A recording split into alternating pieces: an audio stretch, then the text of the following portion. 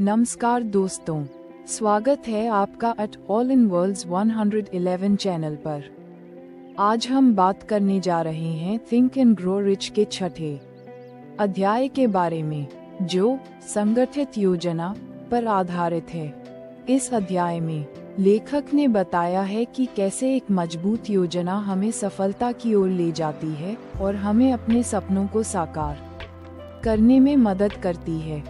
अगर आप हमारे चैनल पर नए हैं तो कृपया चैनल को सब्सक्राइब करें, वीडियो को लाइक करें और कमेंट करके हमें अपने विचारों से अवगत कराएं।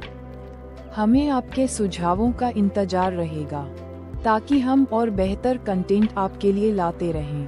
अब चलिए इस अध्याय का सार शुरू करते हैं। यह अध्याय संगठित योजना के बारे में है।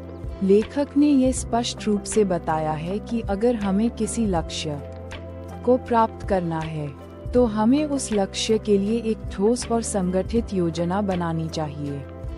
बिना योजना के सफलता केवल एक सपना बनकर रह जाती है।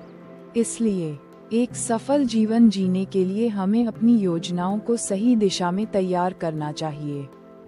लेखक ने इस अध्याय में ये भी कहा है कि एक योजना सिर्फ विचारों का समूह नहीं होती, बल्कि यह एक क्रियात्मक प्रक्रिया होती है।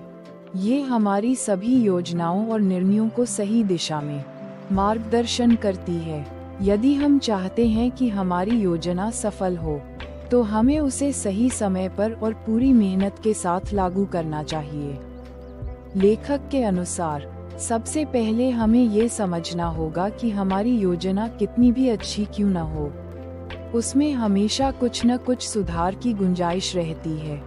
कभी कभी योजना में कोई त्रुटि हो सकती है, लेकिन इसका मतलब यह नहीं है कि हम अपनी योजना को पूरी तरह से छोड़ दें, बल्कि हमें उस योजना में बदलाव लाने की आवश्यकता होती है ताकि वह ज़्यादा प्रभावी हो सके। इसके अलावा लेखक ने ये भी बताया है कि जब हम किसी योजना पर काम करते हैं तो हमें कई प्रकार की कठिनाइयों का सामना करना पड़ सकता है, लेकिन इस दौरान हमें निराश नहीं होना चाहिए। हमें ये समझना होगा कि किसी भी बड़े लक्ष्य को प्राप्त करने के लिए हमें कठिनाइयों से गुजरना पड़ता है। यदि हम किसी योजना को लागू करने में लगातार लगे रहते हैं और उसमें कोई सुधार करते रहते हैं, तो वह योजना सफलता की ओर हमें जरूर ले जाएगी। लेखक ने ये भी कहा है कि एक मजबूत योजना हमें अपने आत्मविश्वास को बनाए रखने में मदद करती है। जब हमारे पास एक ठोस योजना होती है, तो हम अपने कदमों में निश्चितता और विश्वास महसूस करते हैं। लेखक ने ये भी कहा है कि किसी भी योजना को लागू करने से पहले हमें ये सुनिश्चित करना चाहिए कि हम उस योजना को पूरी तरह से समझते हैं। कभी कभी लोग बिना पूरी जानकारी के किसी योजना को अपनाने की कोशिश करते हैं और इसके परिणामस्वरूप वे असफल हो जाते हैं। इसलिए योजना बनाने से पहले हमें उसकी पूरी समझ होना जरूरी है। इसके बाद लेखक ने ये बताया है कि सफलता की राह में सबसे बड़ी चुनौती यह है कि हमें अपने सपनों को साकार करने के लिए पूरी तरह से समर्पित रहना होगा। हमें अपनी योजना के प्रति पूर्ण निष्ठा रखनी चाहिए और हर कदम पर उसी दिशा में कार्य करना चाहिए। यदि हम लगातार अपने लक्ष्य की ओर बढ़ते रहते हैं, तो हम निश्चित रूप से अपनी मंजिल तक पहुंच सकते हैं। लेखक ने ये भी बताया है कि योजना को लागू करने में हमें अपनी टीम या सहयोगियों का समर्थन भी चाहिए। कभी कभी किसी योजना को अकेले लागू करना कठिन हो सकता है, लेकिन यदि हम दूसरों को अपने साथ जोड़ते हैं तो हमें ज़्यादा सहायता और प्रेरणा मिलती है।